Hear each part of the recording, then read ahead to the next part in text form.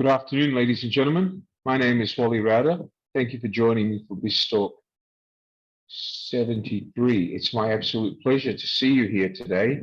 Thank you so much. Guys, today we're going to talk about a very, very, very big thing in business today called outsourcing. Outsourcing has become the new way of running a business, saving money, saving costs, saving office space, and saving rent. Let me share my screen. All right, here we go. All right, today we're talking about outsourcing. How can outsourcing help make a business successful? Outsourcing is something that many businesses around the world are using today. Outsourcing is the new way of running your business, saving costs, saving rent. Let's talk about it. Let me explain why outsourcing is the next thing in business today. Outsourcing is the business practice of hiring a party outside your company to do things or create goods that were traditionally performed or jobs that were traditionally done in-house by your own staff, in your own office, by your own employees that you have to pay salary to.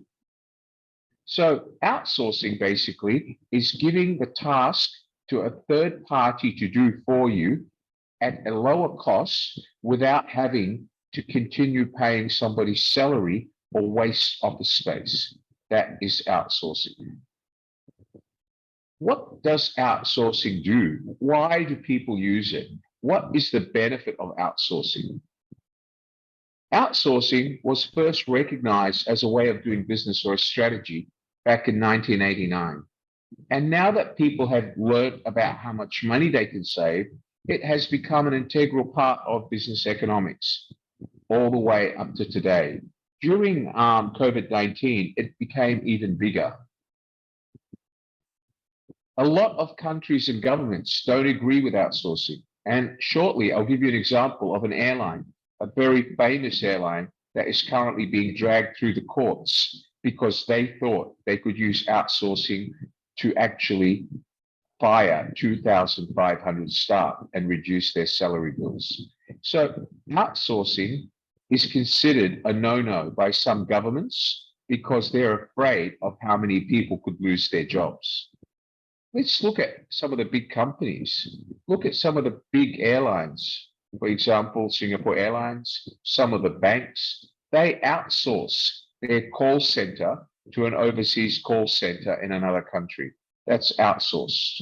All right. Now, traditionally, the rule was they had to have their own call center inside the bank in their country of origin. But now, for the banking industry, the finance sector specifically, it's quite common for them to allow the call center to be located in a third country or another country, and they have contracts in place whereby the people employed in the call center are trained to that airline's requirements, but they work for a different company. So they provide an outsourced service. That saves the airline money and having to rent space to have a call center, setting up equipment and employing people. It's cheaper to pay an outsourced call center to answer the calls for them. Some people say that outsourcing creates an incentive for business and companies to allocate resources where they are most effective. What does that mean? Well, some people have the idea that if you outsource, the people who used to do that job can now do something else. But in reality, that doesn't happen. If you take away a job from someone and outsource it, that means that person will either have to do another job or will more realistically end up losing their job because you are trying to save money. If you had another job, you would have moved into that other job previously, or you would employ someone else. Usually the real motive behind it is companies want to save money. It's not because they're going to give that person another job. That's very rarely the truth. Supporters of outsourcing also say that outsourcing helps maintain the nature of free market economies on a global scale.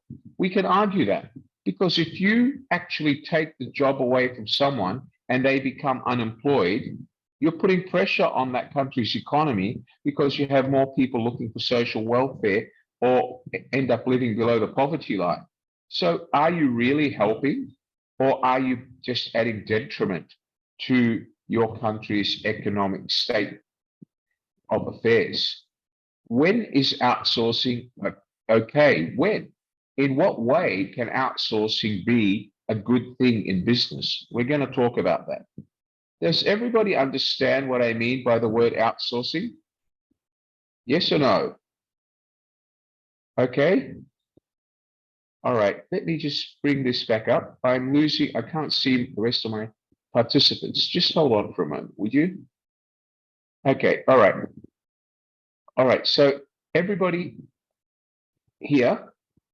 Okay, that's better. All right. So everybody here, tell me, when you think about outsourcing,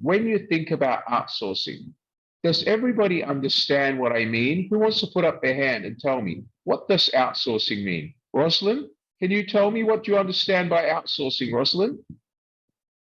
Rosalind? Are you there, Rosalind? You want to talk to me, Rosalind? Hello, sir. Good morning. Do you understand what I mean by outsourcing? Well, for me, outsourcing is outside in a company. It's when you give a job that used to be done in-house to another company outside your company to do it for you. That's outsourcing. All right? Okay, sir. So that means instead of you paying somebody $1,000 a month to do your bookkeeping or accounts, you fire that person and you get a company outside to do your bookkeeping, but that bookkeeping will only cost you $400 a month because you don't have to worry about paying salary. Another company who has many bookkeepers will do it for you. Do you understand what I mean by outsourcing? Yes, sir. Yes, sir. Good, excellent. Okay. Amal, do you understand what I mean by outsourcing? Do you understand what I mean by outsourcing, Amal? Yes or no, Amal? Do you understand what I mean by outsourcing, Amal? Okay, you need to talk to me, Amal. Can you unmute your microphone? I can't hear you, Amal. Your microphone is not working. I'll come back to you. Hello, Okay, sir. Hi, do you understand what I mean by outsourcing? Yes, sir.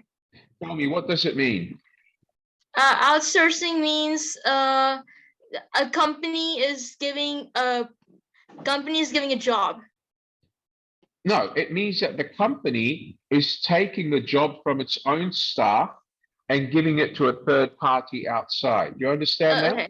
Yes, sir. So basically, if you were a restaurant and you had your staff peel potatoes to cook curry, but one day you decided that it was too expensive to employ one person to peel potatoes. So you would reduce the number of staff in your kitchen by one, and you would ask a third-party factory to supply you peeled potatoes. So you would save money by reducing your salary bill by outsourcing the task, peeling potatoes. Do you understand that now, Amal? Yes, sir. Good, excellent, thank you.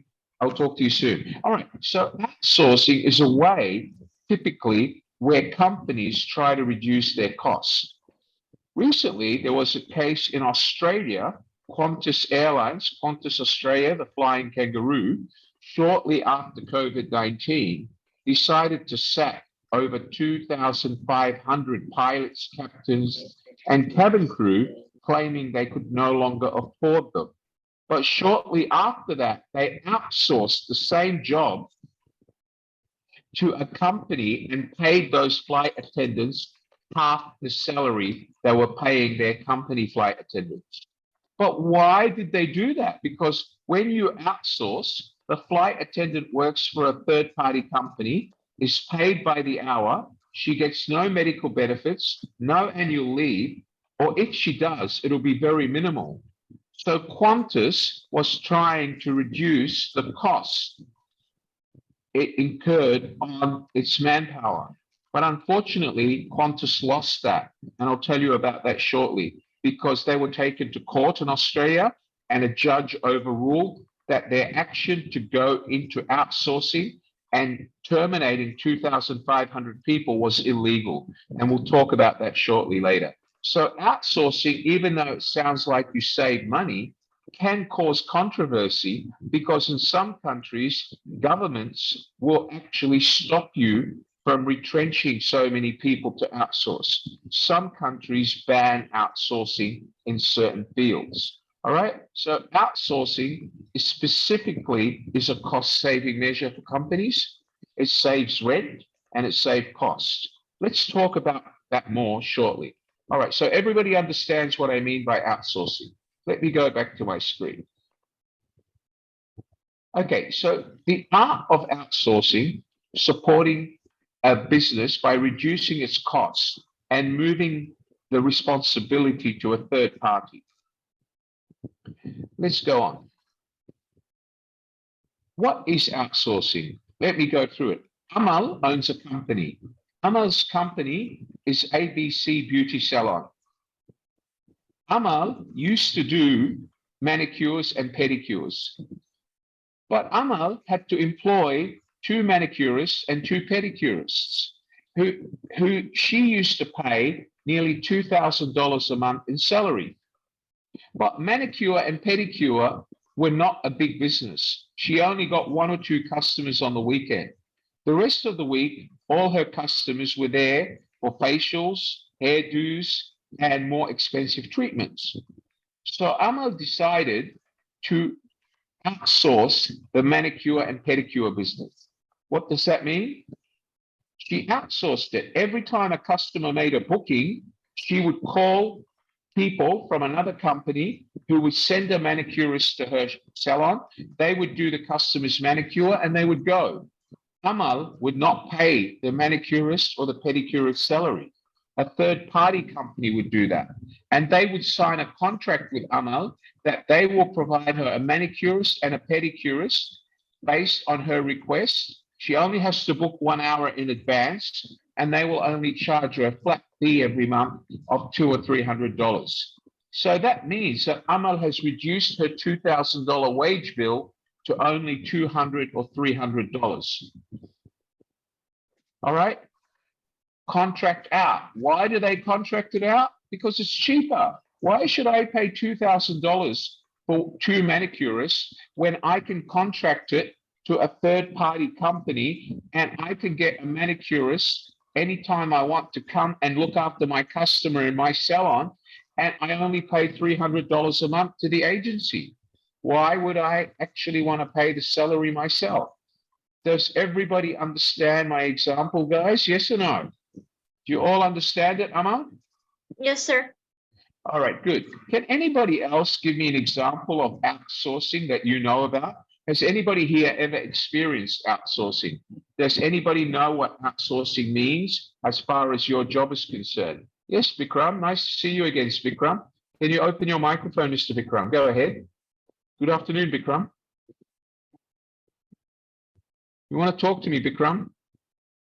Okay, all right. Iris, good evening, Iris. Would you like to talk to me, Iris? Go ahead. Open your microphone, Iris. Mute. Okay. Yeah. Can Yeah, you go hear ahead, me? ma'am. Hello. Yes, I can. Go ahead. I personally was outsourced before. When I work in Portugal, it's happened to me many Right. times. It's very common practice there. So they have like how you call them? Job sharks. You would call them like that because they get paid when they hire you successfully to the company, and then there's a third party company who will give you the contract, and then you're working in another company. So you have 3 companies involved in your hiring process. And what it does is saves the company that you work, the company that you're providing your work for is not paying you. They have a contract with the outsource provider who gets probably $1,000 a month for you, but he only pays you $900 a month. And this is common. We got less. You got less. Okay. Well, that's common, yeah. Yeah, they that's give common. us a language bonus. So we got around 800 euro, which is very bad. Minimum salary in Portugal is 600. It's not good in Europe. Working in Europe, you're like a slave. And Okay, then well, unfortunately, the European Union and the Commission for Fair Employment in Europe is now tightening down on that.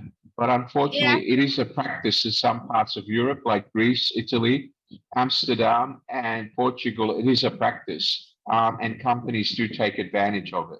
But you find a lot of Western countries are introducing laws that dictate that even if you outsource, the minimum wage you pay an employee has to meet a certain level. But unfortunately, that hasn't happened yet in Portugal and Europe. In Germany also not. In Germany we have, okay, it's got better. Yeah, in Germany before you were working for €4 to €6 per hour. Like it's same like in India. Yeah, I worked like that. I worked in a factory when I was young.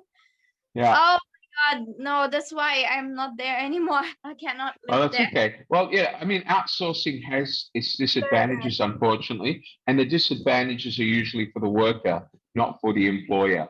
The employer is on a gain. But thank you for sharing that, Iris. You are right. I believe Germany has started working on employment laws, but I believe Europe as a whole is currently going through that now that Britain is outside the EU. I believe that Britain was one major objector to changing the law on that. But now I believe the European Union is working on that. And Britain has introduced certain reforms in industrial relations, but their reforms are not as tight as some other countries. But I'll talk about that shortly. Thank you, Iris. Yes, Bikram, go ahead, Bikram.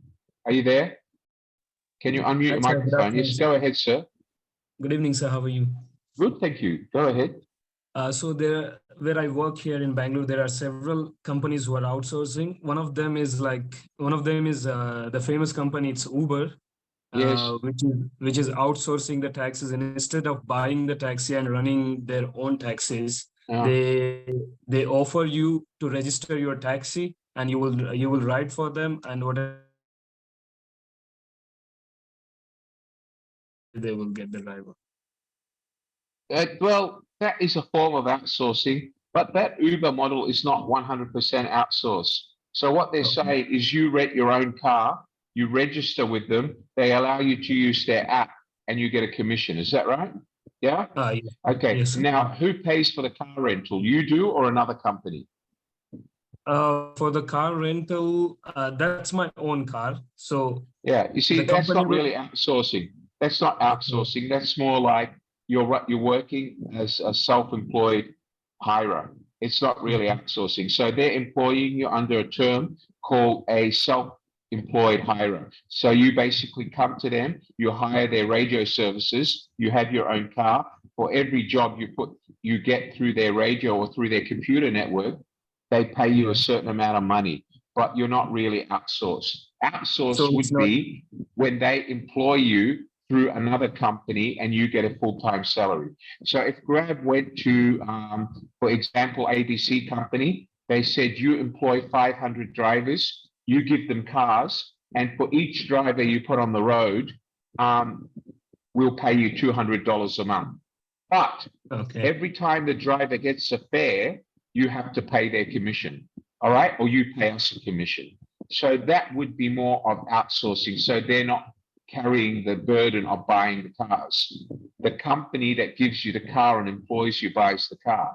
That would be more a traditional outsourcing model. But the model you're on is a traditional self-employed hirer, which is used by taxi companies all over the world. But you're very close, Bikram. The legal definition is very succinct, okay? Now, if, for example, if you work for Grab and your job was a full-time driver for Grab, and they said to you, Bikram, you'll still drive a Grab car, but the people paying your salary now will be XYZ.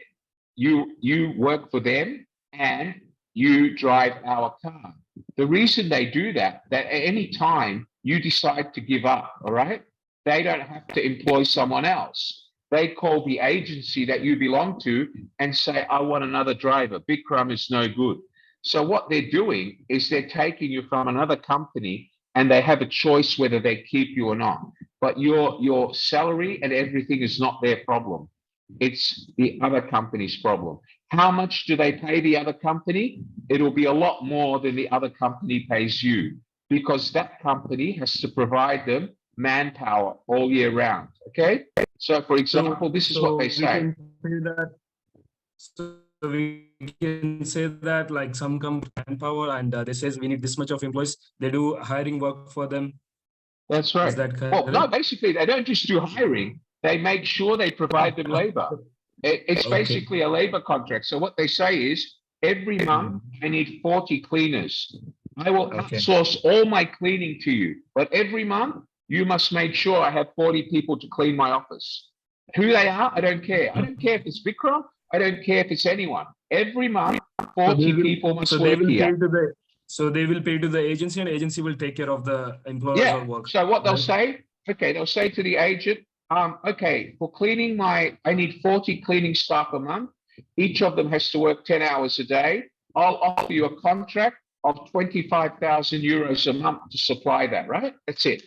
Now, how much the agency pays you, how they pay you, or whether they send you or Amal, they don't care. As long as a cleaner turns up. Do you understand what I'm trying to say? Now, I got your point. in It's real clear. term, Bikram, it is cheaper for the employer, for the company, because they don't have to pay 40 cleaner salaries full time, because they only need the cleaner for 4 hours at night, right? They don't need you full time. So it's cheaper for them. But what does it do for the company's reputation? It can damage it, especially if they're heard. If the company was to be known to be outsourcing its cleaners, and the people who hire the cleaners are paying them below industry rate, it could harm the brand that you actually are cleaning for. So companies are usually very particular in not disclosing how much the outsourced company is paying. And they usually have confidentiality agreements. So what they'll say to Amala, who owns the agency, I'll give you the contract. But if you ever publicize how much you're paying the cleaners, how much I'm paying you, I will cancel the contract, because they're worried about their reputation. Do you understand what I mean by that?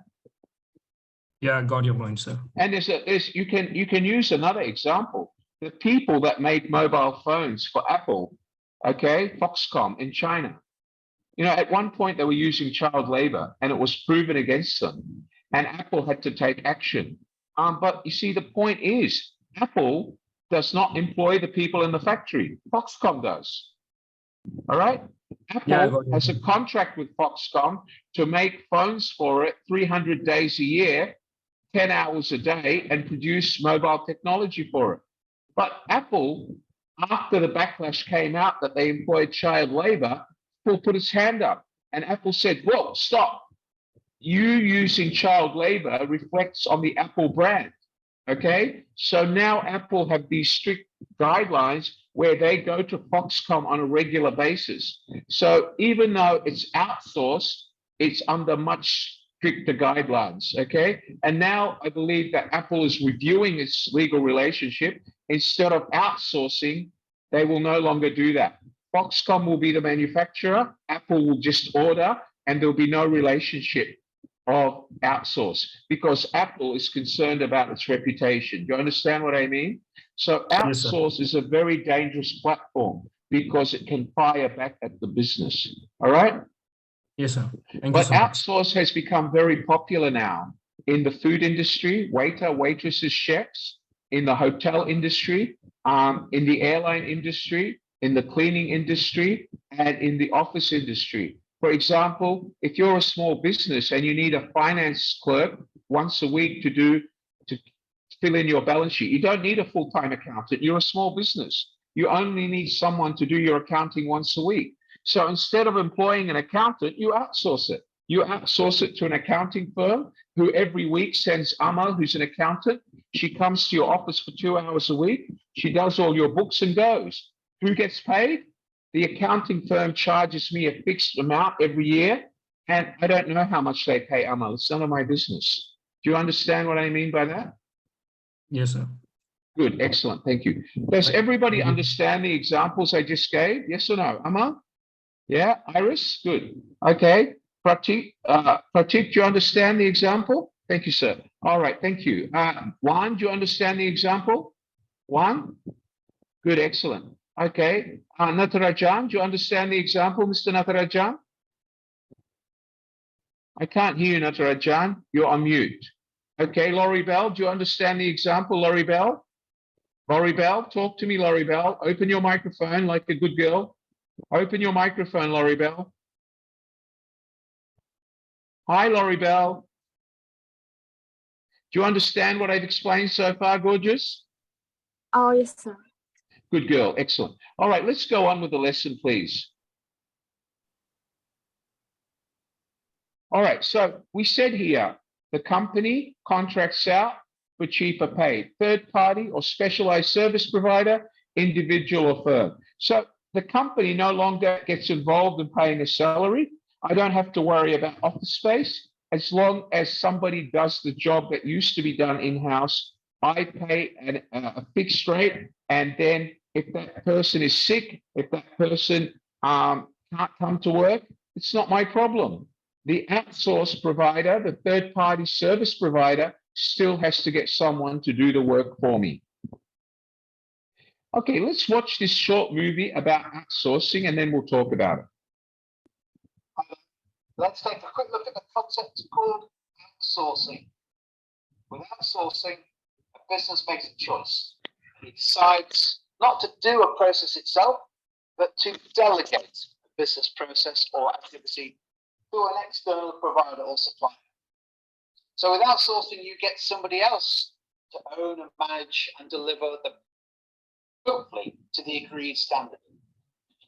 Now, outsourcing is pretty common in business. Most businesses, for example, don't necessarily want to get involved in the delivery, the logistics of getting their products to consumers. So they'll outsource to specialist providers like DPD and Hermes.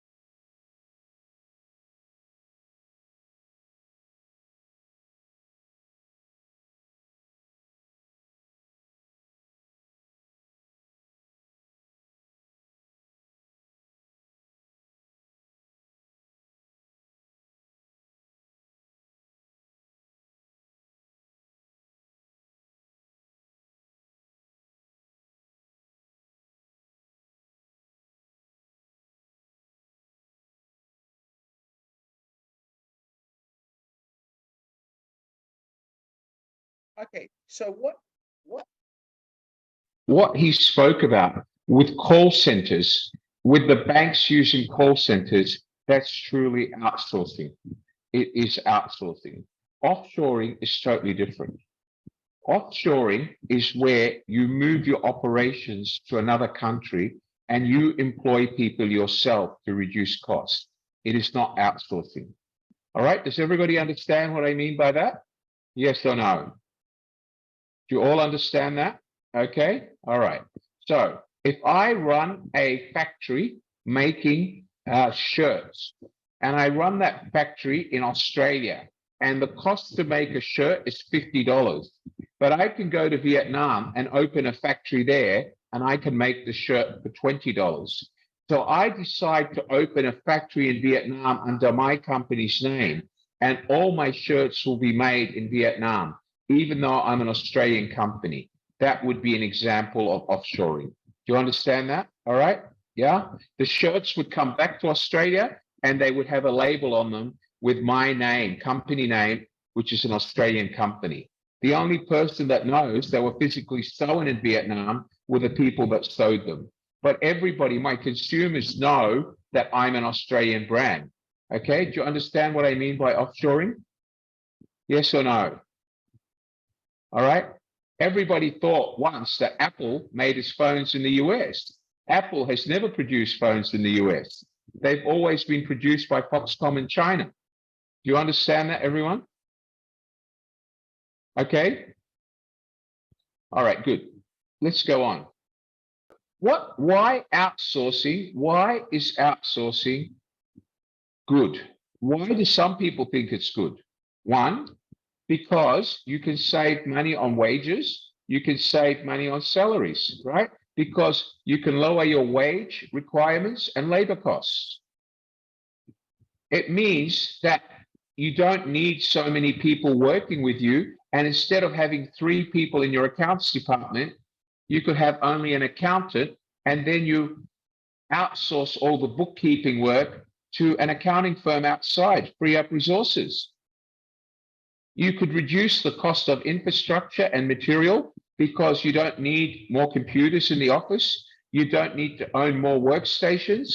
You don't need infrastructure for something that you're no longer going to do. All right.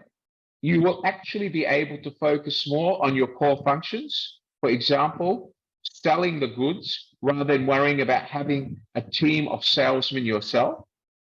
You will be able to improve productivity by outsourcing because the outsourcing company is responsible for making sure they have enough people to achieve the targets that you set. So you don't have to worry about whether 1 girl can do it or 2 people can do it. The fact is, the outsourced company has to deliver the results you want. Outsource for banks, call centers has brought more customer satisfaction because a call center may have 1,000 people to answer the phones. But in your own bank, you might only employ 200 girls on the call center. So it improves customer satisfaction in most cases.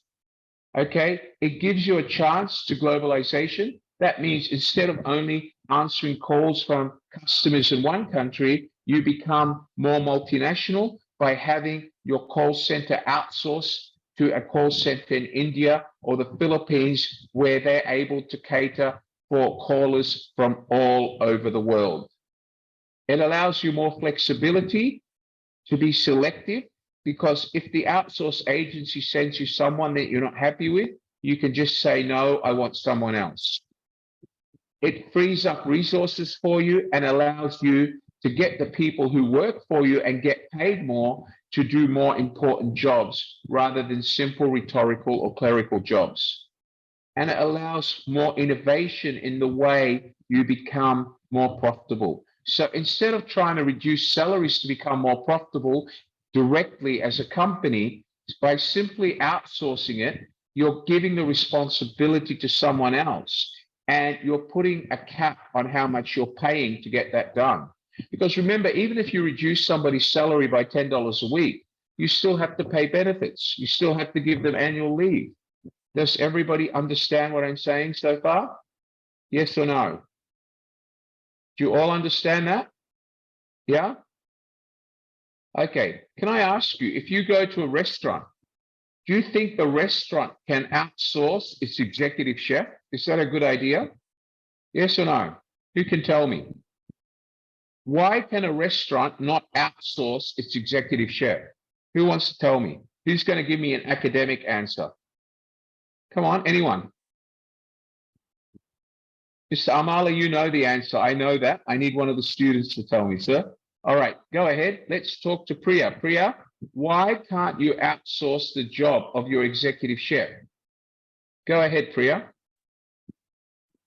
Hi, sir. Good evening. Yeah, why? Okay, because we have not experience in chef, so we cannot apply in a chef department. No, hold on. Slow down. You have an executive chef. You have your own executive chef, right? He Okay. works with you. Everybody knows his recipe, right? Your Yes. restaurant is famous because of him. Now, Okay. what happens? What happens if you outsource that job? What will happen to your standard? It will be high level. No. Please listen, Priya, you're not thinking. Right now, you have a chef. Amala is your executive chef. He's an Okay. award-winning chef. He makes the best curry in India. He's been working with you for 5 years, all right? Suddenly you decide you can no longer afford to give Amala a pay rise. So you call a catering company, you say, I'll outsource my kitchen to you. Every day you must send somebody here to cook curry for me, all right? Now, Okay. what are the dangers if you do that? What's going to happen to your customers? It will be no, It'll be good or no good? not good. Why? Because the standard of your product will drop, right? Yes. Because the chef who built it, his recipe is no longer there. Now, Yes. the only other thing you could do is convince Amala to go and work for that catering company, right? Yeah. But the chances are they will not pay him the high salary that you used to pay him. So why would he work for them? He will just go and open another restaurant and take away your customers. Do you Yes. understand that? Yeah. Am I right, Amala? Okay. Yeah, okay. I understand. You understand what I mean by that? Yes or no? Yes, sir, I understand. Okay, I'll give you another example. All you girls go to your favorite hair salon and have your own Korean hairstylist. One day you go there and they tell you, sorry, he's no longer working here now. But we've got 3 guys from an agency. One guy's from India, one guy's from Paris, one guy's from London. Are you going to be happy as a customer?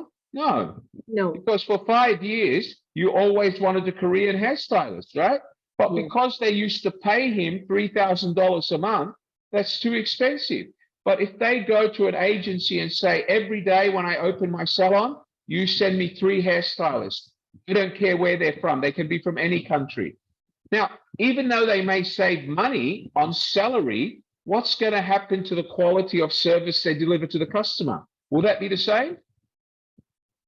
Yeah. Yes or no? Yes. No. Listen to me, Priya. The guys that used to work for you were all from Korea, trained in Korea, right? Okay, someone Now, is in Korea. okay. So, yeah, they work for you. But suddenly you say to them, I cannot pay you the high salary anymore. Sorry. You go to a local agency in India and you say, I pay you $2,000 a month.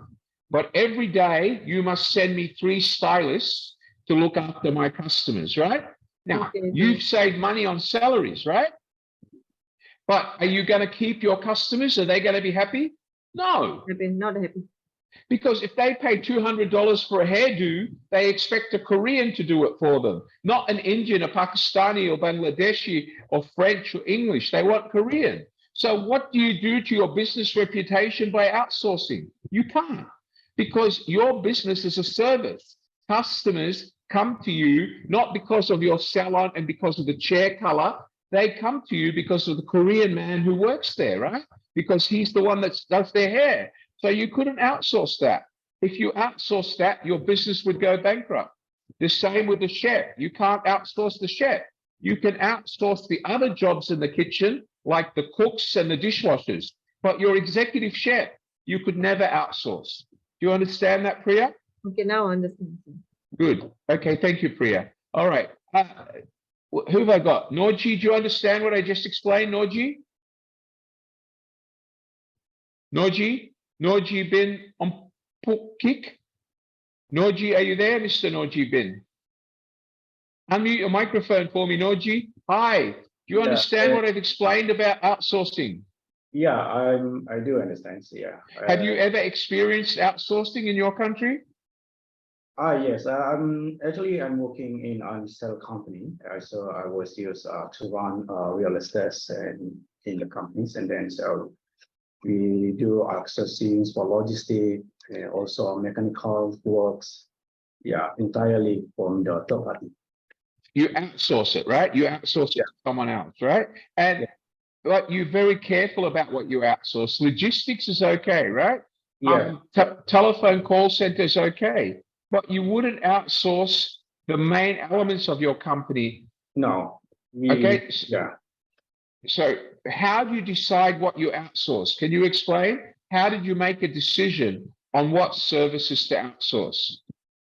Right. So, okay, for the logistics, we used to run under our own staff last times, but basically, because we have using a lot of time for staff, and then the running of the operation was making like we paying a lot of the time for the staffs. So then after 2000, then they decided to go to the outsourcing with the logistics, which is the third party. Yeah, we paying the small amounts, but the running the operation was we get the staff with is from 10 staff to reduce to 5 staff to run the whole operation. Great. And whose trucks are they using? Your trucks or theirs? Their own trucks. Right. So you've also reduced the cost of buying the assets and maintaining them, right? You no longer have to have the assets on your books. So that reduces your capital infrastructure, right? Yeah, we pay them the amount of lump sum. So it's including with the truck and then also the forklifts. Yeah, that's right. So you don't have to worry about buying forklifts, maintaining forklifts, servicing forklifts, getting forklift licensed drivers. All of that is part of the package. So you reduce costs, but you make sure you only reduce it in areas where it will not have a direct impact on your customer. Is that right? That's right. Very good. Very good, Noji. I knew you know the answer. That's why I called on you. Thank you very much, Noji. Good answer. Thank you. All right. Okay. So let's go back to our material. Does everybody understand that? Yes or no? All right. So outsourcing has benefits, but you need to make sure you do it for the right reason. You need to make sure that you only outsource jobs that will not directly impact the result that you're delivering to your customer. Do you understand that? In a hairdressing salon, you couldn't do that because people come for the stylist, not for the salon. In a restaurant, you couldn't outsource your executive chef because people come to that restaurant because the executive chef has made dishes that they like. If he changes, so will the food. Then they'll go elsewhere. Do you all understand that? Yeah? All right. So when we talk about hospitals, you all know how hospitals work today. Hospitals in most countries no longer employ 2,000 doctors full-time. They probably employ 300 doctors full-time. All the other doctors that work in the hospital are not directly employed by the hospital. They come from what's called a medical locum service. So what happens is the hospital says to the contractor, I need to have 20 doctors in the hospital every day. They all must be general practitioners with at least 10 years experience. I don't care who they are, but they must be in the hospital every day, Monday to Friday, from 6 a.m. to 6 p.m. Okay? Now, what happens is the hospital only pays very high salaries to the doctors they employ. All the other doctors who are outsourced via locum, they get salaries from the agency, not from the hospital. Do you understand where I'm coming from, guys? Now, in that sort of outsource, the hospital will put a requirement that all the guys coming must be professional doctors and their certs must be checked by the hospital. But what it means is if Dr. Amala can't make it today, it's not the hospital's problem. The agency would have to send another doctor. Otherwise, their outsource contract would be penalized. Do you understand that, everyone? Yes or no? Okay, good. Let's go on. Okay, guys, so we've looked at why outsourcing. Let's go on. There are numerous reasons for outsourcing. Some types of work functions, as we said, you can allow to outsource. Some you can't. Business owners and companies most commonly choose this option as a way to save money. Okay, Maneuver, they want to save money as far as company operations are concerned, like our dear student just told us, reduce the cost of logistics, managing trucks, forklifts, and fleet. Maneuver the company into a more competitive position by reducing the cost of infrastructure and manpower costs and investing that money into other areas. They want to reduce having to actually hire and fire people all the time. And they don't want to be worried about the cost of hiring more employees because maybe that employee is not busy all year round and they can't justify the high salary. One of the main reasons businesses began outsourcing was because they found it to be an effective way to decrease labor costs. That is basically the biggest reason why any company would do outsourcing. Reduce costs, and basically be able to save money. As such, it can affect a wide range of jobs ranging from customer support to manufacturing to the back office. But you have to make careful. You have to make sure and be careful. It does not affect or have direct impact on the customer, as per the two examples we just gave, executive chef, hairdressing salon. All right, so does everybody understand what I mean so far? Yes or no? Yeah? Tell me, when you go to the doctor or when you go to the dentist, do you go there because the clinic has a leather chair, or do you go there because you trust the dentist? For what reason do you go? Tell me. Who can tell me? Why do you go to that dental clinic? Because you trust the dentist or you like the color of their office? Why do you go to the dentist? Okay, Rosalind, why do you go to that dentist?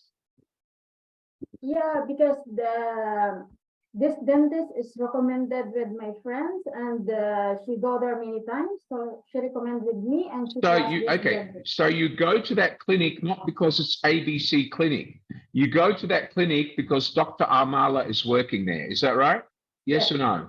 So if Dr. Amala wasn't there and they brought in a new dentist that you've never seen before, would you go back? Yes. Yes or no? I won't go. Okay, thank you very much. I thought you said yes. Good answer. Thank you. All right. Yeah. Who else wants to answer that question? Amira, do you want to say something, Amira? Hello, Amira. How are you today, young lady? Open your microphone, Amira. Talk to me, young lady. Don't be shy. Hi, how are you today? I'm fine. Yeah, do you understand what I'm talking about as far as outsourcing is concerned? Yes, sure. Okay, good. All right, thank you very much. All right. Who else wants to give me an example? Does anybody else want to give me an example of outsourcing? Okay. All right. Who have I got here? Rojian, do you understand what I'm saying, Rojian? Okay. Where have I got? Dennis. Hi, Dennis. Do you want to talk to me about outsourcing? Yeah, go ahead. Unmute your microphone, please.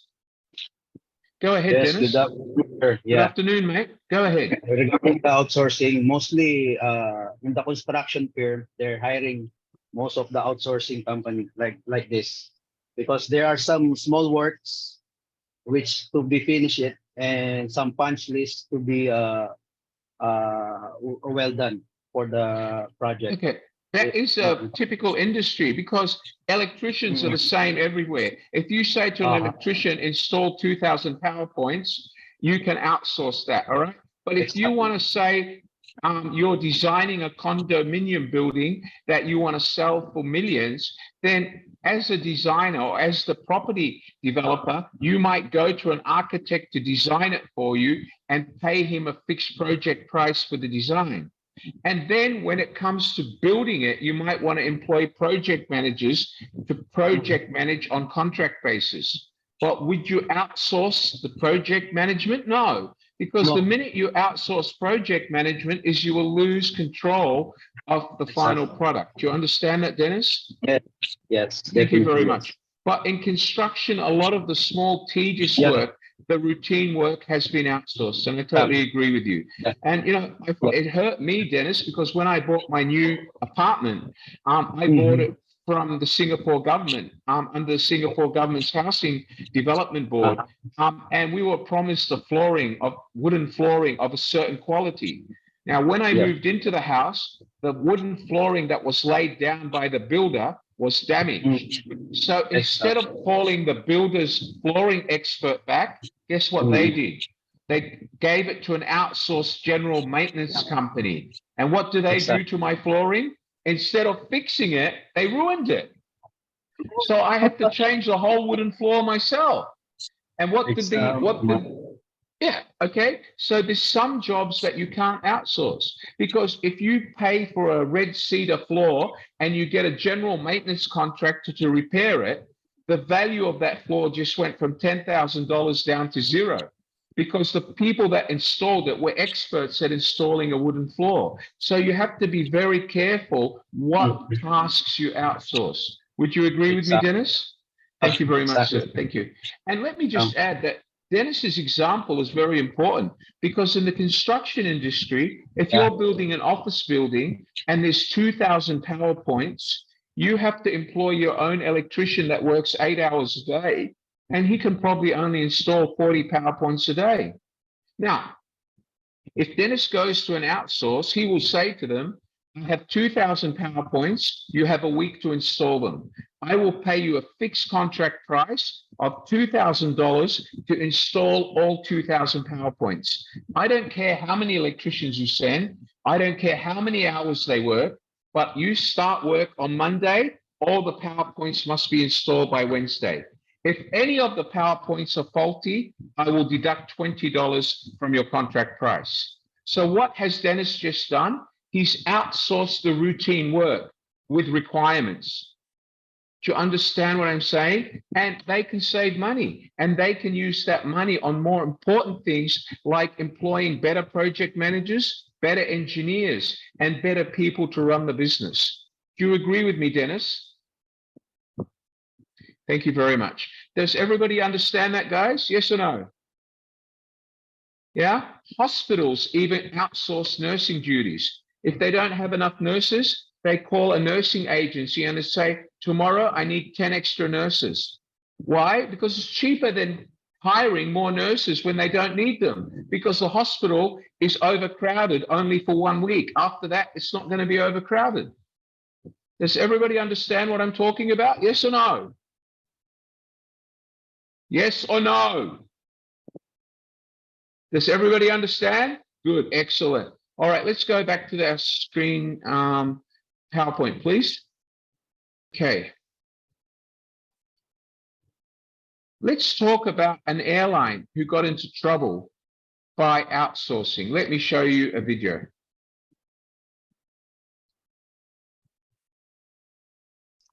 Qantas is set to cut another 2,500 jobs by outsourcing ground handling operations. The move comes just days after the Australian flag carrier reported a record annual loss of $1.4 billion. The latest cuts are on top of 6,000 already announced in June. Qantas will be trimming its workforce by nearly a third from pre-pandemic numbers. A ground crew affected work at major Australian airports employed by Qantas, as well as its budget airline Jetstar.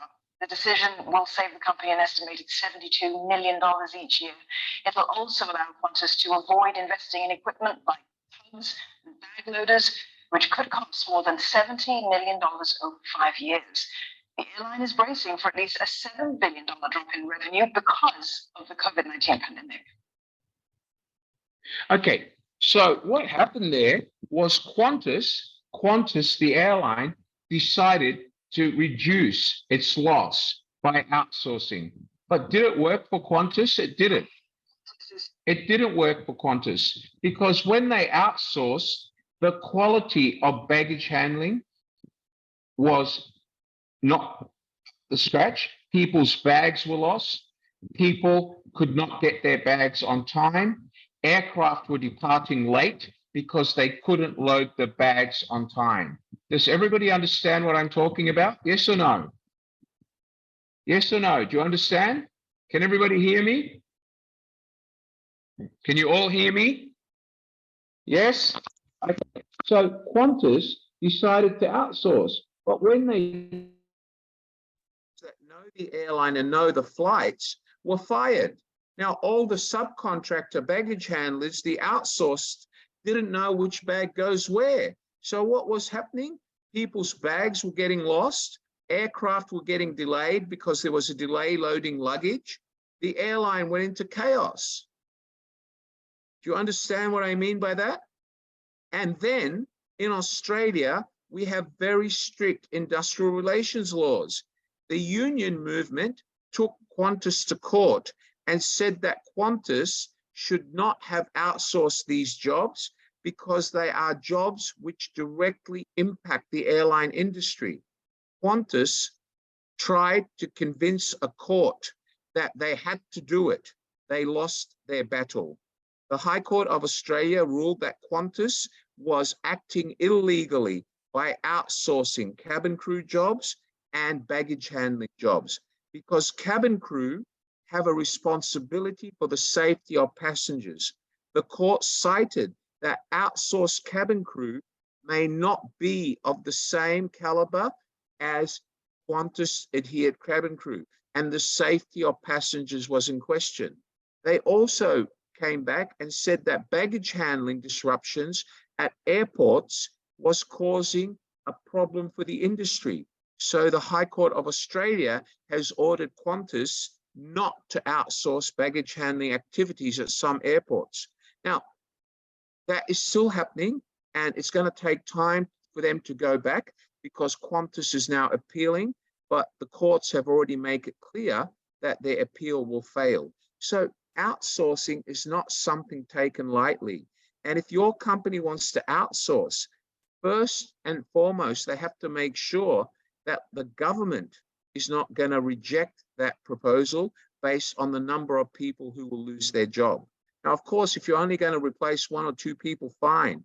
But if you're a construction company and you're going to eventually make 200 people unemployed, your government might have something to say about that.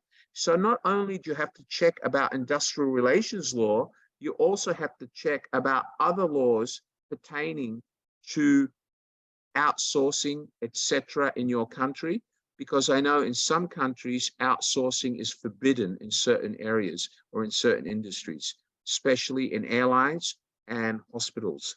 Do you understand that, everyone? Yes or no? Do you understand that, Upendra? Are you there, Upendra? Can you wave your hand, Upendra, if you understand? Thank you. All right, let's go back to our presentation. Okay, so companies are outsourcing not only to cut labor costs and business expenses, but also to enable them to focus on core aspects. All right, but how are they focusing on core aspects when Qantas fired its baggage handlers and its flights were delayed? They went beyond that. In actual fact, they were trying to save money rather than focus on safety and proper baggage handling. And that's why Qantas are in trouble. Okay, let's talk about outsourcing examples. I want everybody to listen carefully. A Canada-based woman's apparel company finds it challenging to manufacture and design wedding dresses at affordable costs. It is because of the rising labor costs and raw material prices. So it contracts out part of its production process to a specialized clothier based in India. Okay, let's talk about that. So hold on. So what have they done? They are still holding on to their designs, but instead of running their own factory and making it themselves, they're signing very strict contracts with manufacturers in India to make the dresses for them. Do you understand that, everyone? Yes or no? All right. Now, if that wedding company or that wedding fashion house opened its business from day one, but never set up its factory, and from day one they outsource the manufacturing, it's fine. They get away with it. But if today they have a factory with 200 people and suddenly they decide that they're losing money and they decide to fire those 200 people and then get it outsourced to India, the government in Australia will have something to say. because 200 people would become unemployed. So the time in which you do it and the way you do it is very important. Does everybody understand that? Okay, let's go on.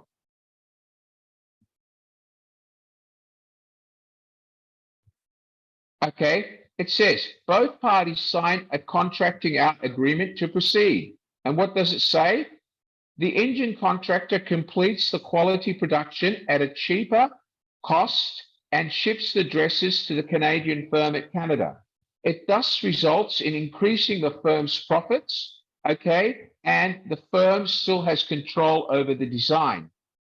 But also, the firm would put in the contract that if any of the dresses don't meet its standard, the factory in India will not be paid for the dress. Okay, so having these sorts of outsourcing contracts can save money. But if I was to ask Amal, if Amal one day wants to get married and she goes into a designer bridal boutique and says, I want that dress. And the bridal boutique says, Miss Amal, that's designed by a fantastic French wedding designer, right? Amal will become very excited. But then if they say it was made in India, do you think Amal will still buy that dress? Probably not. Do you understand what I'm saying, guys? Okay. So usually the company in Canada will never write on the dress that it was made in India. They will never do that. They will have it made in India. They will have it shipped back to Canada, and then they will put a label just with the brand name on it. And a lot of them now do not even say where it comes from. They'll say Laurie Bell gown designed in France, okay? Or just Laurie Bell France, okay? And why do they do that? Because they don't want you to know where the wedding dress was made. Do you understand that, everyone? How many of you here buy designer t-shirts? Put up your hand. When was the last time you bought a Nike t-shirt? When? When did you buy a t-shirt last, Amal? Unmute your microphone, Amal. Are you there, Amal? Unmute your microphone. Hello? Can you unmute your microphone, Amal? No, you muted again. Can you unmute your microphone? Sir, can you hear me? Yeah. When was the last time you bought a t-shirt? I bought it in my birthday. All right. Does it say where it was made or not? It doesn't. All right. What brand was it? It was I don't remember the brand actually. Okay, well, let me tell you, Adidas, Nike, all of those big brands, you know where their t-shirts are made? Does anyone know? They're made in a factory in Bangladesh. One factory makes all right? But when you buy the brand, you know where it's made? You don't, right? You don't. Yeah. And those factories are under contracts of secrecy. They're not allowed to tell the world that they make the brand. They make it under contract and they cannot tell anybody that they make it. And they make it under very strict contract. And there's shops like that or factories now in India, Vietnam, Bangladesh, and now in some other third world countries like Spain, where they make designer brands for the designer brand label, but they're not allowed to promote the fact that they make it. And all of that is outsourced. Do you understand that, everyone? Yes, sir. Or no? All right. When you buy Nike shoes, where are they made? Who can tell me? Your Nike runners, where are they made, Amala? Amala's talking to someone. Where are they made? Where are your Nike shoes made? Does anyone know? Come on, tell me. Norji, you buy Nike? Norji? You buy Nike, Norji? No? Okay, let's talk to someone else. All right. Kamal, where are your Nike shoes made, Kamal? Unmute your microphone for me, Kamal. Hi. Yeah.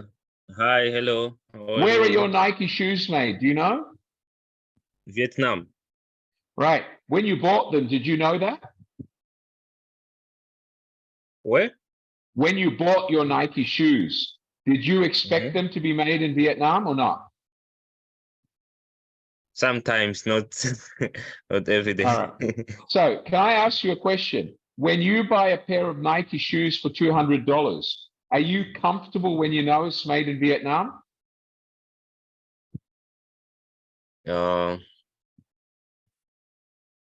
Not a lot. Okay, but the point is Nike saves $100 on manufacturing costs by having it made in Vietnam. You know that? Yeah, I know, because in Vietnam the workers are cheaper. And will you ever know who makes it in Vietnam? They'll never tell you. The factory is not even allowed to promote, we make Nike. And if they do, Nike will pull the contract. Do you understand that? I understand. That is part of negotiating business. That is how Nike makes money. So if you buy a pair of Michael Jordan basketball shoes from Adidas or Nike or whoever, I don't wear his shoes anyway. I don't like the shoes, but his shoes sell for $300-400 a pair. The factory that makes those shoes in Vietnam or India probably charges Nike $75 a pair. You understand that? Those companies from Vietnam, they're not able to sell those shoes. No, if they get caught selling them or telling the world or publicizing that they make Nike shoes, they will lose the contract immediately and they will be sued. You follow that, Kamal? Yeah. The owner of the factory should not even tell his friends that he makes Nike shoes. He can be sued. Okay? Bad business. Well, it's not bad business. It's good for Nike, but bad for Vietnam. Okay? You understand that? Well, it's not bad for Vietnam because Vietnam's economy is boosted by these factories. And Vietnam is becoming very good at the fashion and footwear industry because quality out of India was not that good. Quality out of China became very cheap and unreliable. So now footwear manufacturers, fashion houses are all turning to Vietnam, Sri Lanka, and Spain, and places like Portugal because the quality is better. All right, do you understand where I'm coming from, Kamal? Yeah. Yes. Okay, good, thank you. All right, fine. So does everybody understand now the concept of outsource? Do you all understand what the logic of outsourcing is? Yeah. For example, if you run a food business, you can outsource the sauce. If you run a spaghetti business, a pasta business, all right, you have a restaurant that sells pasta. You can do what Jamie Oliver, the famous British restaurant chef, did. He opened Jamie Oliver's Italian in Singapore. He opened 20 outlets under franchise. But the sauce that he was putting with his pasta was not made by Jamie Oliver. He gave his recipe to a factory in Singapore to make it. Okay? What happened is after 1 year, his restaurants in Singapore went broke because the taste of the pasta was not the same as what people used to eat at Jamie Oliver in London. Do you understand that, everyone? So outsourcing can also damage your business.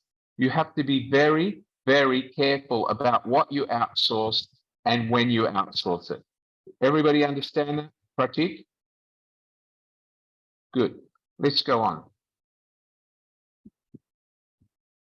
Let's look at another example, ladies and gentlemen. Another example is Pfizer. Pfizer made the vaccine for COVID-19. Pfizer Inc. is a pharmaceutical firm based in the United States, and it said in May 2020 to outsource its medicine production in the wake of the large-scale production of experimental COVID-19 vaccine. So when COVID struck, Pfizer wanted to turn away some of the work, the standard production work, so they could use their own factories to manufacture the secret COVID-19 vaccine, which at the end of the day they did, and they made billions of it because they're one of the biggest vaccine manufacturers during COVID-19. Pharmaceutical pharmaceutical behemoths, including Catalent Inc. and Thermo Fisher Scientific, are among the company's existing network of outsourcing companies. Now, who are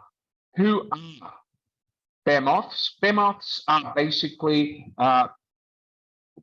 industries or companies or entities that actually specialize in making medicines or pharmaceuticals for others in a simplified meaning. All right. And they include Catalent Inc., Thermo Fisher Scientific, amongst other companies. And these are specialized in making pharmaceuticals for big pharmaceutical brands. Pfizer believes, okay, that relocating some production will help prevent supply chain interruptions while they focus on the COVID-19 vaccine and vaccine injectable treatments, okay? So basically, it would help them maintain the supply chain to hospitals and pharmacies around the world, including other vaccines and injectable treatments, which Pfizer specializes in. So Pfizer was able to focus on COVID-19 vaccine. And as you know, Pfizer became a multi-billion-dollar company, which it was already in that level anyway, but their millions probably tripled or quadrupled because they were selling their vaccines to government all over the world. Now, if Pfizer did not outsource some of its other medicines, it probably could not have come up with a vaccine for COVID so quickly and would not have been able to save so many lives. Does everybody understand what I mean by the Pfizer example? Does everybody know Pfizer? Pfizer was one of the first companies in the world to release a COVID-19 vaccine. Do you understand that? All the countries around the world, nearly every government went to Pfizer to buy vaccine. Now, if Pfizer did not outsource some of its other drugs, they would never have been able to manufacture the vaccine.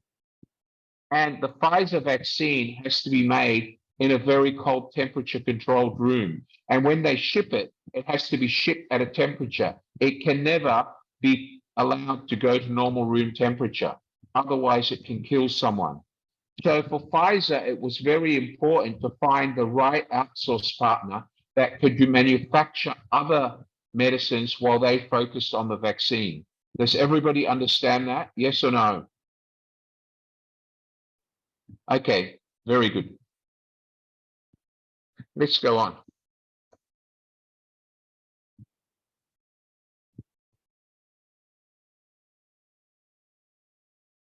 All right, so the steps to business outsourcing.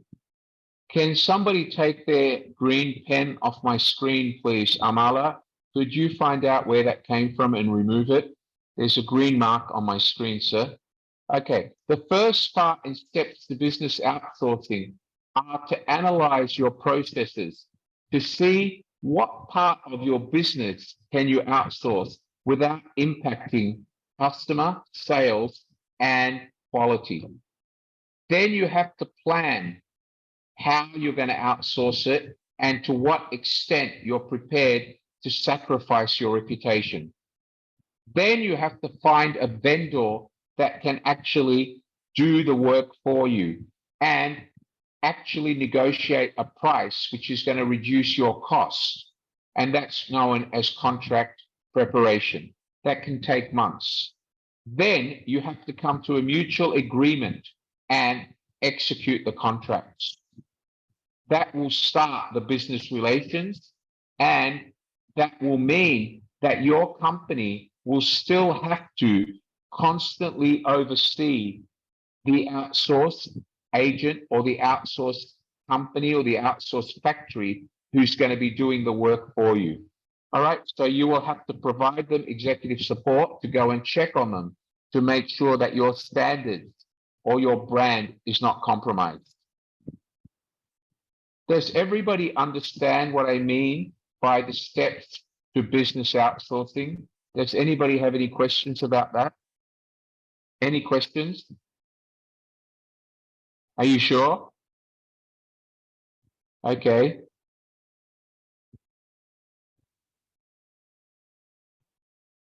One moment, please. So now let's look at the simple list of the 5 or 6 advantages to outsourcing. Contracting out contributes to the global free market economy. There's nothing wrong with contracting out, as long as you do it and do not affect certain elements of firing people mass or retrenching people mass, and as long as it enables the business to allocate resources, okay, to make sure that the vendor provides them the quality that they want at the price that will save them money and be able to meet the end customer's expectations. One is outsourcing can include cost and time efficient. It reduces the operating costs by removing the need for the business to invest in new workers, equipment, and or technology. Okay? All right. It removes all this responsibility from the company or the business. Number 2, it provides specialized services. One of the key reasons a company opts to contracting out is to select the workforce outside the organization with a history, expertise, and proven results. Now, if we look at, for example, computer hardware, if you outsource the servicing and monitoring of your computer hardware because you do not want to have to employ 20 engineers full time, that's okay because you don't need them full time. But if you're going to outsource your restaurant, kitchen, you can't outsource your executive chef because he makes your kitchen what it is. You can only outsource the people around him, but you can't outsource the guy that comes out with the recipe. Do you understand where I'm coming from, everyone? Yes or no? Let's talk about BMW. Do you think that BMW will outsource the design of its cars? Never. Will they outsource the making of the tires for BMW cars? Yes. Will they outsource the manufacturing of some of the components? Yes. But will they ever outsource the secret design, the research that they do in secret before they put out a new model? They can't, because that would ruin their business. Do you understand that, everyone? And also remember, the manufacturing cost of the plant to manufacture a BMW car is not cheap. So there's not many outsourced factories that are going to manufacture BMWs for BMW. All right, because the plant is built specially with tooling devices to make BMW. So all they can outsource is the tires, parts that will go on to the final product, which BMW still has to put together because BMW has a reputation. Do you understand that, everyone? Yes or no? Okay. The next element here is, sorry, let's go back the other way. Why is that happening? Specialized services, right? Okay, let me go back, please. One, two. Okay, let me just fix this, please. All right. Okay, the numbering is wrong. So let's go back. Specialized services. The next one is risk of losses. Risk of losses. When a company contracts out, it becomes reliant on the contractor for completion. Okay? And clarity on project. It means they will have to face the consequences if the external service provider suffers financial loss. Okay? Basically, what you're talking about here is risk of losses. This is a disadvantage, okay? All right? So the benefits of outsourcing, the advantages, right? And then just bear with me for a moment. Let me just fix this. There's a problem here. Hold on. Okay, here we go. All right, guys, we fixed it. I apologize about that. Just one moment, please. Okay, let's go back to my PowerPoint presentation. Okay. All right, so remember we said number 1 benefit was cost and time efficient. Number 2 was specialized services. Number 3 would be reduced workload. So one of the benefits of outsourcing is that it takes off the excessive workload that you as a company might have. such as the construction industry, of employing 10 electricians to install 2,000 PowerPoints, it's going to mean keeping them employed for 3 months and paying them high salary. But you can reduce their workload by outsourcing the 2,000 monotonous installations of PowerPoints to someone who can do them in a fixed amount of time at a fixed cost, while allowing your most experienced electricians to focus on more technical work, not simply paying them high salaries to do a simple junior electrician's job of installing a PowerPoint. Number 4, risk sharing. It's a benefit. Since more than 2 entities involved in completing the task, okay, more than 2 entities are involved in completing the task or the project or process, they equally share the responsibility and risk through meaningful partnership. Let me talk about that. Does everybody understand that? Let's go to the building industry. Our fellow student here says that they outsource some of the building work. So if they outsource the installation of the PowerPoint in the building to 2 different outsourced electrical firms, that means that if one electrical firm fails to install, they can call the other. It means if today only 5 electricians turn up, not 20, they don't have to employ more people. They just call the company and say, I want another 10 electricians. Otherwise, you lose your contract. So the responsibility becomes shared. It doesn't fall on the builder, and he does not incur delays because he's already outsourced the responsibility for those PowerPoints to a third party who he can now hold accountable. Does everybody understand that? Yes or no? Okay, good. So let's go to the next benefit. The next benefit is competitiveness. By actually outsourcing, it allows you to reduce your costs, reduce your price to the customer, and become more competitive. Does everybody understand that?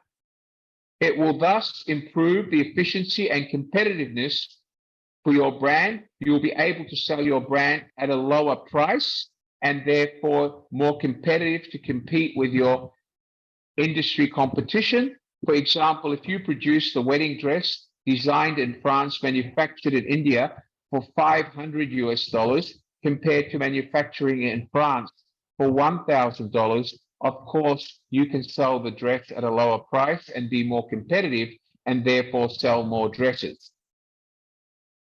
Okay, now let's look at the disadvantages. The decision of business process outsourcing to an external service provider has a few drawbacks. Let's look at the disadvantages. One is the risk of losses. What do we mean by losses? Losing money. So if you give the contract to a third-party outsource company and they go bankrupt and they can't deliver, or the quality is no good and your customers return the product, you may run into losses, because then not only do you have to go back and get them done again or find another supplier, you might also have delay in delivery to your customers because this factory needs to retool itself to be able to manufacture for you correctly. So as a result, your brand will suffer the consequences because the external service provider that you outsource to cannot deliver to you as required. Number 2, lack of communication. This happens very often. Okay? Offshoring and nearshoring can pose communication challenges to a business when outsourcing services, projects, or processes, okay, are involved. So if you outsource manufacture of your product overseas, offshore, you outsource it, you will have problems.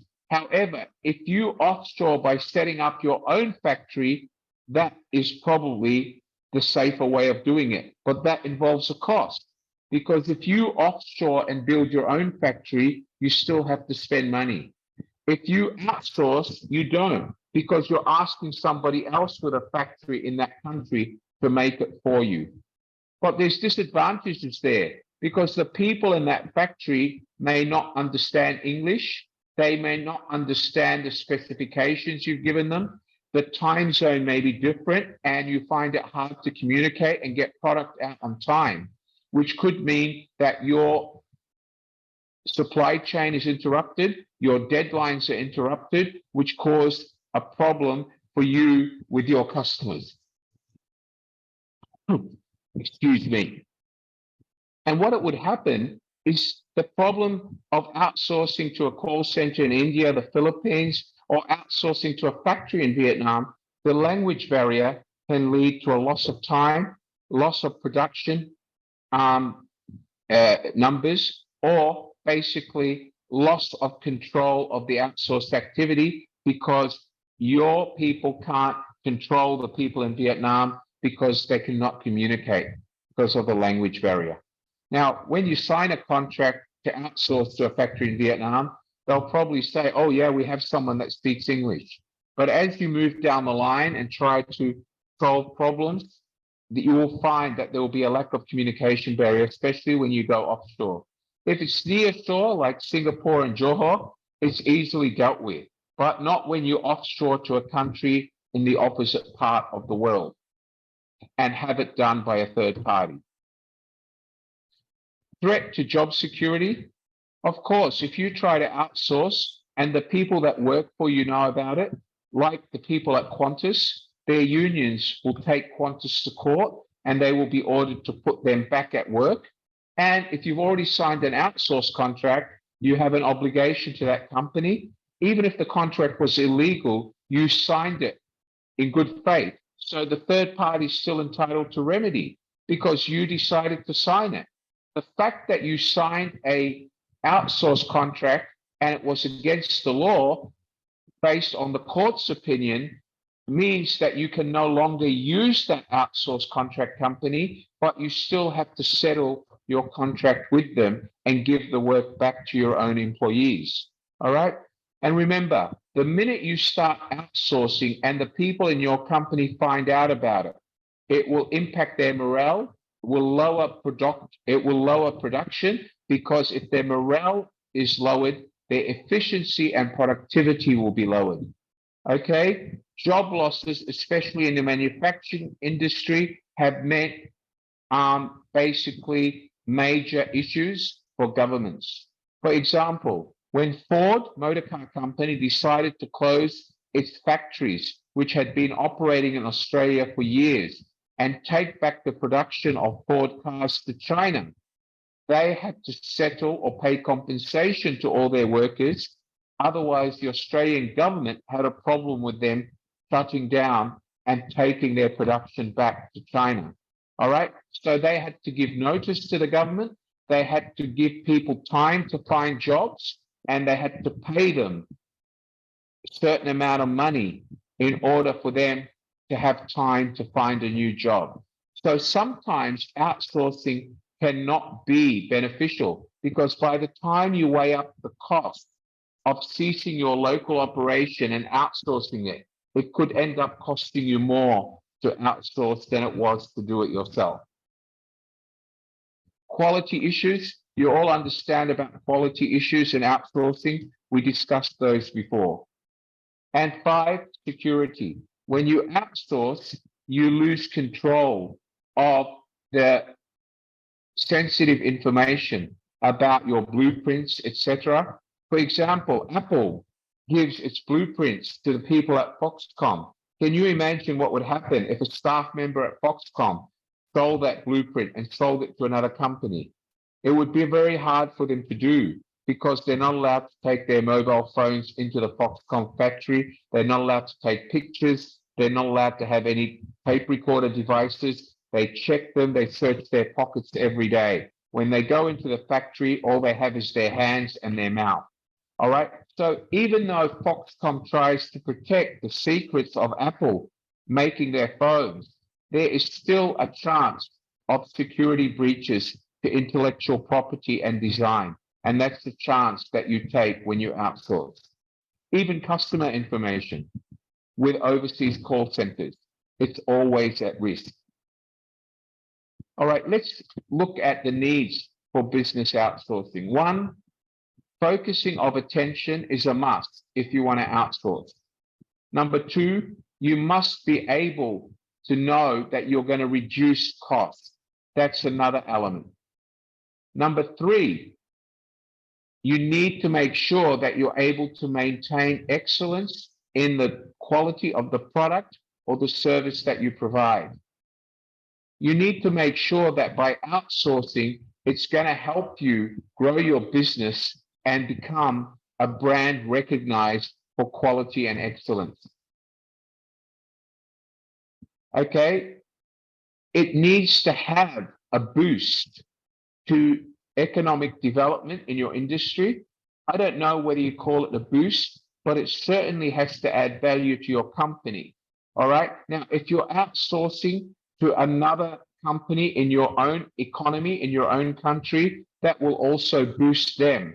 But if you're outsourcing to a company overseas, the only economy you're adding value to is the one in another country offshore.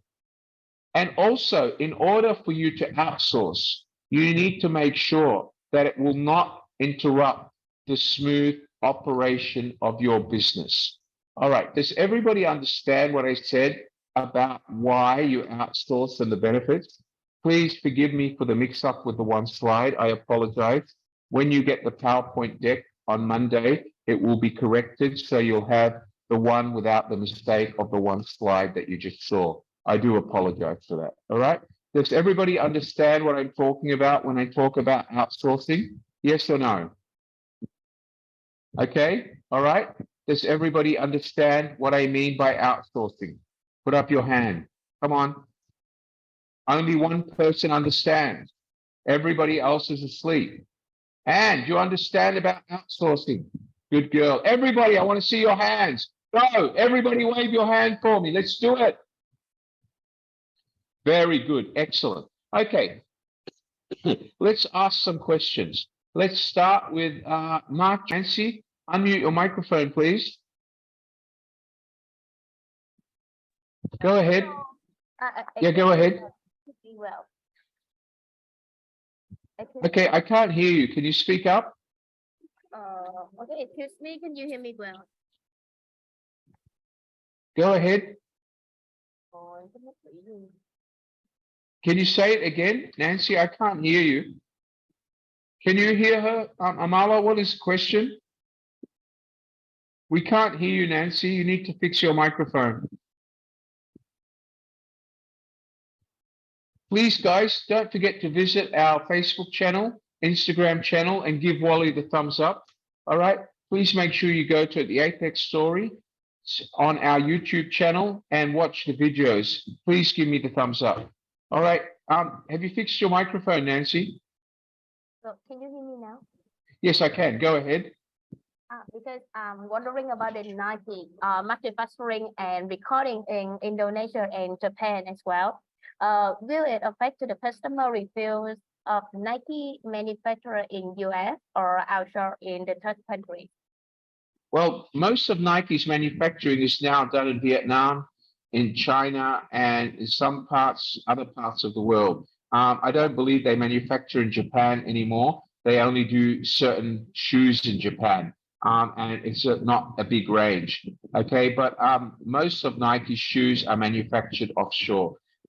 Depends on the product. Some of their premium products still comes out of the US, but it is nowhere near the amount of product they used to make locally before. And Nike has reasons for that. All right. The high-end shoe and the custom-built shoe that takes about 3 months, $3,000 will come out of Nike's original plant. But anything which is in mass production, the cheaper models, you will find is all mass-produced overseas. Okay. Yeah, I got it. All right. Fine. Yeah. Go ahead. Anyone else? Any other questions? Okay, guys, it's been a wonderful afternoon with you all. You will all receive a copy of the presentation about procurement in your email on Monday. Does anybody want to ask any other questions about anything to do with procurement? No? You're shaking your heads. I'm worried. Norji, did you learn anything today, Norji?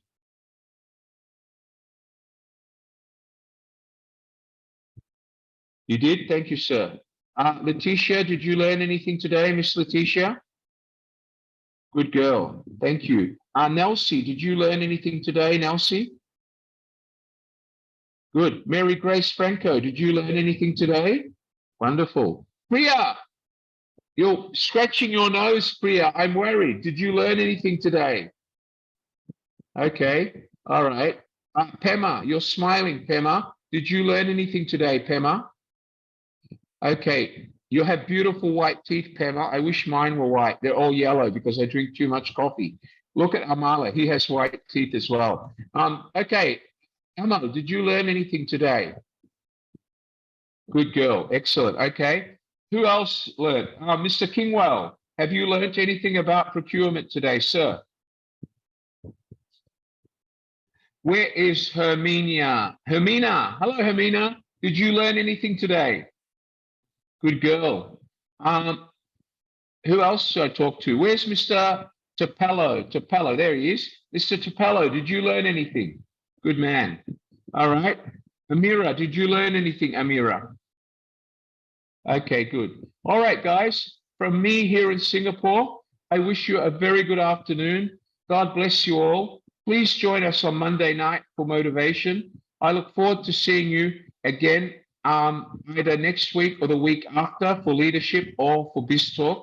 Our next BizTalk is going to be very interesting because we're going to go back on how to set KPIs and goals for your business. And I'm going to give you tools to use to set KPIs. All right. I think some of you asked for that 2 weeks ago. Is that correct?